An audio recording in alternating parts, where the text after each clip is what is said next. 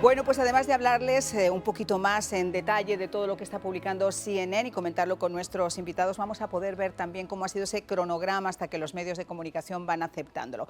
Desde ya les invito o les presento al doctor Rafael Marrero, economista, escritor, autor del podcast La amenaza china aquí en América TV. Muchísimas gracias, Rafael, por acompañarnos.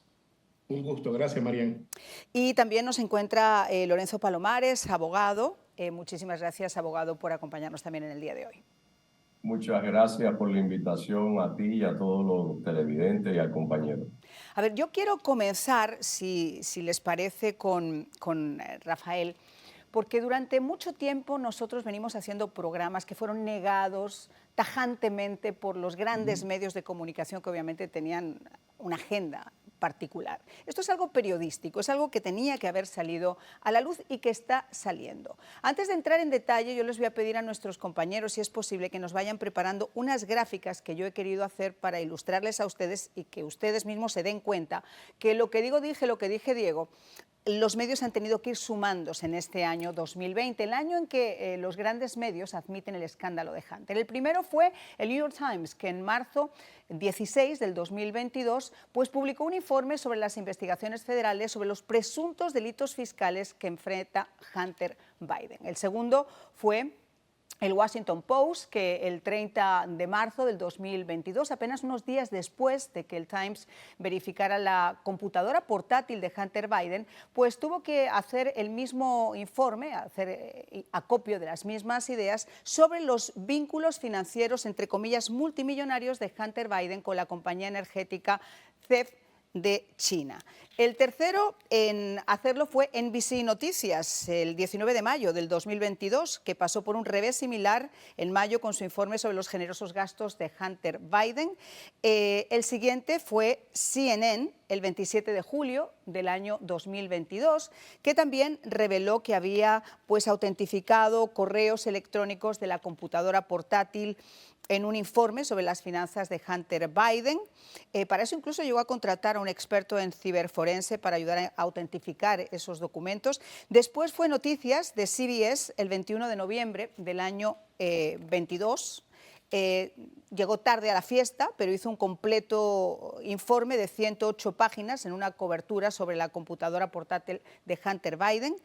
Hubo una mención de honor que no puedo dejar de señalar sobre Político el 21 de septiembre del 2021, muy por delante de The New York Times, Washington Post, NBC, CNN y CBS News, donde confirmaba la autenticidad de los correos electrónicos de Hunter Biden en septiembre del 2021 al publicar informes del libro del corresponsal Ben Schroeder de Biden. Y ahí, bueno, pues hablaba incluso de una persona que tuvo acceso a los correos electrónicos de Hunter Biden y que confirmó que parte de esa información era verdadera. Rafael, lo que digo dije, lo que dije Diego, no han tenido más remedio que reconocer lo que negaron hasta la saciedad. Así es, Marian, y nosotros venimos hace 3 años denunciando este fenómeno porque hemos tenido acceso a información que luego ha sido corroborada, que anteriormente los medios de comunicación, los fake news del mainstream han estado señalando que es una campaña de desinformación rusa. Esto fue algo preparado precisamente por el Comité Nacional del Partido Demócrata a raíz de lo del Steele Dossier, una campaña en contra del presidente Trump. Los chinos también prepararon su dossier y se lo entregaron precisamente a manos de Hunter para que se difamara la persona del presidente Donald Trump. Hicieron todo lo posible, tanto hubo una confabulación, una colusión entre los medios de comunicación, las Big Tech, y la izquierda radical que está en el poder en estos momentos. Pero todas y cada una de las cosas que hemos señalado, Marian, se han ido revelando. ¿Y sabes por qué? Porque no han tenido otra alternativa que hacerlo. Porque como se dice en inglés, it's sometimes useful to recognize the obvious. A veces es muy ventajoso reconocer lo evidente, lo que no se puede negar. Y en este caso, tanto el New York Post como el caso de la información que ha venido a través de Twitter, que realmente ha sido lo más grande, que este señor Elon Musk ha comprado una escena de crimen de 44,000 millones de dólares y bueno, ha destapado realmente una caja de Pandora. Bueno, pues para seguir destapando la caja de Pandora, y para que sea textual, y ustedes no piensen que nosotros estamos poniendo nada, según se publica en este informe, les voy a leer textual: más allá de los negocios de Hunter con Burisma en Ucrania, Rusia o China, cuando el supuesto Big Guy era vicepresidente, en el año 2021, Frank Biden, el hermano del presidente, aseguró a un grupo de profesionales médicos que haría todo lo posible para conseguir dólares federales para ellos bajo la influencia, y les leo textualmente la palabra, del púlpito matón de Joe. Una denuncia que, según el informe, se suma a múltiples demandas presentadas también contra James Biden, quien fue acusado de fraude después de presumir de su relación con el ahora presidente. Es decir, ya no estamos hablando solamente de señalar con el dedo, sino que están aportando datos muy concretos, Lorenzo. Tienes toda la razón, y es triste para nosotros que creemos en la Constitución de este país asimilar ese tipo de cosas cuando sabemos que Hunter Biden es la persona más protegida bajo la ley americana, y su hermano y el mismo presidente. El presidente no creo que se pueda dar un autoperdón, pero sí se lo va a dar a Hunter, y estoy de acuerdo con Rafael. Hay una cosa que cuando Rafael dio su ponencia, me acordó de mi mamá, que lo que es obvio no se pregunta, pero en la política hay que preguntarlo. Y esto es una escena más del que no quiere caldo, le dan 3 tazas. La hipocresía de esta gente, de los Biden y su familia, es enorme. Yo estoy seguro, como abogado, que la affidavit que presentó el supuesto oficial del FBI para intervenir la casa de Mar-a-Lago no dijo nada, ni un bledo, sobre Biden teniendo estos documentos en su garaje al lado de Hunter Biden por 6 años. ¿Ok? Sin embargo, ese agente habla de que puede existir algún tema de violación de la lealtad a los Estados Unidos, y simplemente no existe. Ahora, en el caso del presidente Trump, sus documentos, él tenía la potestad de haberlos desclasificado en su totalidad. Claro. Un vicepresidente no puede desclasificar sus documentos. Por tanto, esos documentos siguen sin estar desclasificados. Está por verse qué es lo que está en esos documentos, si tiene algo que ver con Ucrania y las cosas de lo que es el cabal, la conspiración Biden, la venta de influencias públicas, pues entonces yo creo que aquí va a haber un escándalo político. No creo que vaya a haber un escándalo jurídico. Yo creo que al final del danzón, Biden le va a dar un perdón a su hijo, porque no conozco padre que no lo vaya a hacer. Y le va a dar también a su hermano un perdón. Yo estoy seguro, lo que tenemos que ver ahora es hasta dónde vamos a permitir o hasta dónde la opinión pública va a poder seguir incidiendo ahora que se tienen ese tipo de, ya no evidencias, ya no sospechas, sino evidencias. Al regresar de la pausa no se lo puede perder, porque le vamos a preguntar al abogado y vamos a hablar también con Rafael. En primer lugar, al FBI le han excluido de lo que debería ser su trabajo, que es investigar, saber qué documentos hay, quién ha pasado por ahí, qué nos están entregando, qué nos van a entregar. ¿Eso se le puede dejar en manos a un abogado, simplemente a los abogados, además de Biden? Bueno, pues sin entrar en más detalles, que yo les garantizo que esto nos daría como para 5 programas seguidos, quiero hacerle esa pregunta nuevamente, Lorenzo, perdóname, Rafael, pero entra en la parte jurídica, porque quizá yo esté equivocada, pero yo pienso que una investigación de un departamento de justicia, me imagino que tiene que tener su propio departamento de investigación, que es una agencia federal. ¿Cómo van a hacer que los abogados del imputado, los abogados del investigado, estén manejando esos documentos, entregando los documentos quién sabe quién, ocultando la información quién sabe también si se produce o no se produce? O sea, al final del día son los abogados de la persona que está siendo investigada. Eso es un tema muy interesante, porque ninguno de esos abogados tiene el nivel de discreción o de inteligencia para llegar a esos documentos de un vicepresidente, pero a la misma vez tengo que reconocer que esos abogados están sujeto a un código de ética, al mismo que estoy yo, suscrito yo, donde no pueden hablar sobre esos documentos. Bueno, también el presidente está sujeto a un código de ética y mira lo que está pasando. Es verdad, totalmente, totalmente. Aquí hay mira, el problema es la hipocresía del doble estándar, como decimos en anglosajón. Aquí hay dos reglas para medir a Trump y otra regla para medir a Biden. Y yo creo que las reglas están bien definidas. Lo sabemos todo en el bolsillo de cada uno. Ahora, Rafael, dentro de todo esto, ya hemos sabido, nos han ido tirando como con cuentagotas que había documentos relativos a México, relativos a Rusia, a Ucrania, a China, pero realmente lo que no sabemos hasta el momento es quién pudo tener acceso a esos documentos, porque esos no estaban en una mansión presidencial, estaban tirados en un despacho que ya no se utilizaba, en un edificio público que pudo pasar Perico el de los Palotes, y estaba también en un garaje donde pudo tener acceso cualquiera, incluyendo el propio Hunter Biden.